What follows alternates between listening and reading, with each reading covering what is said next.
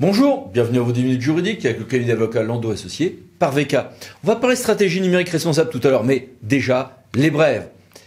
Le 15 novembre, le Sénat a débattu des collectivités avec la ministre. Et voici qu'on apprend pas mal de choses, dont le fait que le conseiller territorial, vous vous en souvenez, instauré par Nicolas Sarkozy, supprimé par François Hollande, envisagé puis abandonné pendant le premier mandat du candidat Macron, mis au programme du candidat Macron pour son second mandat, qui semblait être abandonné faute de majorité ces dernières semaines, il revient.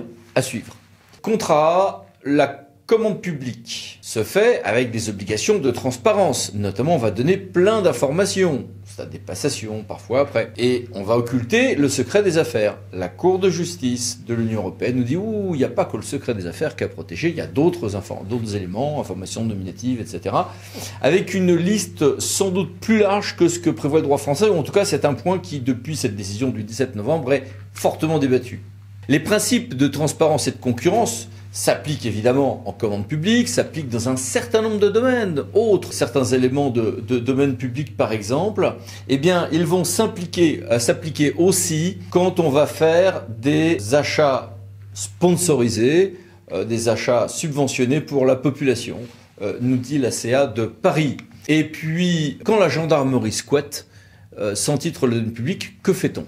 Je m'explique. Une commune a une convention d'occupation domaniale avec la gendarmerie, et puis on oublie de la renouveler, alors que ce genre de choses ne peut pas se renouveler tacitement sans texte, et donc du coup les gendarmeries se retrouvent squatteuses. On fait quoi? C'est sur la base du coup de la responsabilité pour faute que l'État va indemniser la commune, ce qui est un mode d'emploi légèrement différent.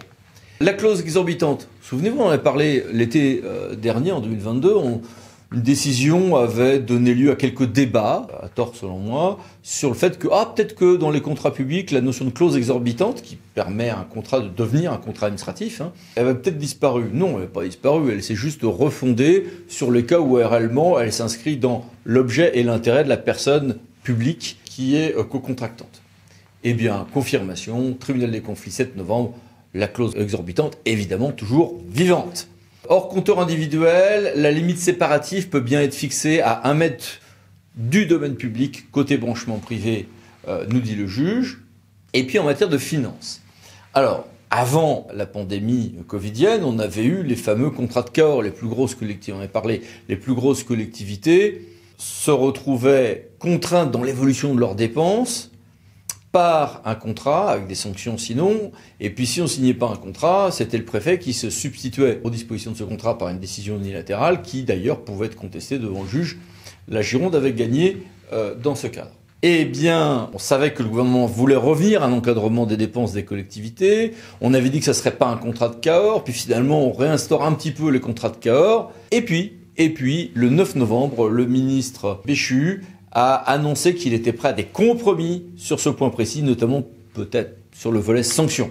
Pièce d'identité, un décret permettra de dire non seulement quand un titre CNI, passeport est prêt, oui d'accord, certes, mais aussi quand on arrive à expiration du précédent, ce qui permet normalement de lisser les demandes. Et puis, à noter une circulaire sur la laïcité dans les écoles et en matière électorale, quelques actualités amusantes. Qu'est-ce que je fais quand à Marseille, j'ai un tiers des bureaux sur une circonscription qui ouvrent en retard? Alors, parfois c'est un quart d'heure, parfois c'était 3h15. Ça vaut pas forcément la censure de l'élection, nous dit le Conseil d'État. On peut être brouillon sans se prendre un savon à Marseille. Pas pu m'empêcher. Élection. Quel est l'office du juge quand un siège, un seul, incertain, peut faire vaciller l'élection tout entière? Réponse Conseil d'État 15 novembre 2022. Et puis, par une décision publiée en intégrale au recueil Le Bon, le Conseil d'État nous a dit que, sous certaines conditions, un électeur peut se faire communiquer sa liste électorale ou l'ensemble des listes électorales des communes du département à jour, selon certaines conditions, à jour où l'administration se prononce sur sa demande. En matière d'agents, une décision intéressante sur les remboursements de frais des personnels civils de l'État. Et puis, en matière d'aménagement, pas mal d'actualités aussi. Un sursis à statuer sur une demande d'autorisation d'urbanisme individuel s'apprécie, selon le théâtre de Grenoble, sur la base du plan à la date du sursis à statuer et non sur la version finalement approuvée. Appel a été fait de cette décision.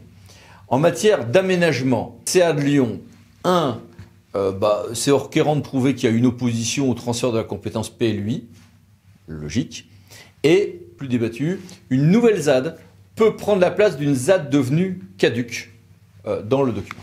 Travaux d'exécuter d'office par la commune sur un immeuble frappé de péril. Comment se faire rembourser lorsque l'arrêté de péril a été annulé? Mode d'emploi malaisé. Cassation 26 octobre 2022. Et puis les mini-brèves. Que voici, que voilà, et que voici encore.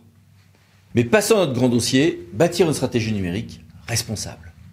Alors, le numérique serait à l'origine de 2,5% des émissions de gaz à effet de serre en France. Mais ça serait 6% au niveau mondial, soit autant que les transports aériens mondiaux qui, eux, en plus, se décarbonent très vite.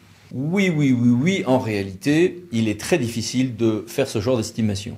Mais ce qui est certain, c'est que ce sont donc des volumes extrêmement importants, mais qui sont plus importants encore quand on intègre ce qui est utile pour faire un ordinateur portable, un téléphone portable ou autre.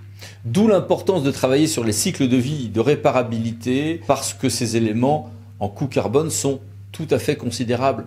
Donc, pour prendre en compte tout ceci, la France s'est dotée de différents textes. La loi climat-résilience, la loi visant à réduire l'empreinte numérique et environnementale du numérique en France. Très bien. Et il y a également l'article L231111 du CGCT, avec ses équivalents départementaux et régionaux, sur les rapports à produire en la matière. Alors, si on regarde du côté de l'article 35 de la loi du 15 novembre 2021, on a une échéance à 2025 et une à 2023. On va d'abord, pour 2023, faire un programme de travail et un état des lieux. Bien. Et ensuite, on va bâtir une stratégie numérique responsable avec un bilan annuel qui va se retrouver donc là à s'appliquer selon un calendrier et un contenu qui sont prévus par un décret, mais le bilan annuel donc se retrouve lui dans l'article 231111 du CGCT, les équivalents départementaux régionaux que j'ai cités précédemment, et qui ont des calendriers différents. Si on prend le décret sur la stratégie, eh bien on a 6 points qui sont dans cette stratégie numérique responsable, nous allons en reparler tout à l'heure, et avec un programme de travail qui est établi. Bien, quelque chose de relativement souple. Si on prend maintenant l'article que je citais tout à l'heure, qui est donc 231111 du CGCT, et puis les équivalents départementaux régionaux, 3311.2 et 4310-1, on se retrouve avec, cette fois-ci, les rapports et les bilans annuels à faire, et donc on a bien du 2023, une échéance à 2024 sur le contenu de ces rapports, et pour la stratégie numérique responsable, l'échéance 2025. Qui va se retrouver concerné? Ce sont les communes et EPCI de plus de 50 000 habitants. Sur tout ceci, j'ai voulu poser des questions à M. Jérôme Vallet. Pourquoi M. Jérôme Vallet? Parce que la ville et l'agglomération de La Rochelle font partie des quelques territoires qui sont vraiment en pointe à ce propos et qui m'ont semblé avoir accompli des études, mais aussi commencer de mettre en œuvre des réalisations vraiment impressionnantes. Donc, Monsieur Vallet, bonjour, merci d'être avec nous. Bonjour. Première chose, pour l'échéance de 2023, c'est demain, que faut-il faire? Pour le 1er janvier 2023, le but du jeu, c'est d'établir un état des lieux de la situation numérique responsable. Et quels sont vos conseils à ce stade? Prendre ça, cet état des lieux 2023, comme une valorisation de ce qui est déjà fait. Voilà, c'est-à-dire de dire sur un rapport ce qu'on a déjà fait et ce qu'on n'a pas déjà fait. Enfin voilà, de faire juste un état des lieux tout simple. Il y a des outils qui existent sur la DINUM, par exemple sur l'ensemble des bonnes pratiques qui peut être pris. Voilà l'ensemble des bonnes pratiques et de dire sur ces bonnes pratiques, fait ou pas fait. De plus, il y a aussi une initiative des interconnectés, l'association interconnectée et de l'Institut du numérique responsable, qui vont bientôt sortir en novembre-décembre une méthodologie afin de pouvoir respecter cette échéance du 1er janvier 2023. Et si maintenant on passe à 2025? 2025, là, il faut établir une stratégie numérique responsable. Donc cela s'impose aux communes de plus de 50 000 habitants ou aux EPCI de plus de 50 000 habitants. Comment faire pour faire cette stratégie numérique responsable? Il y a 6 grands thèmes qui sont la commande publique, commande publique durable donc, la gestion durable du cycle de vie, qui parle souvent d'achat et de fin de vie du matériel, allonger aussi la durée de vie du matériel, l'éco-conception des sites et des services numériques, la sensibilisation des publics, des élus et des agents, la mise en place d'une démarche responsable pour sensibiliser le citoyen et l'ensemble des acteurs de notre territoire, et enfin, donc dans la mise en place d'une démarche de territoire connecté et durable, et donc d'ouverture et de valorisation des données qui rentrent aussi dans ce numérique responsable.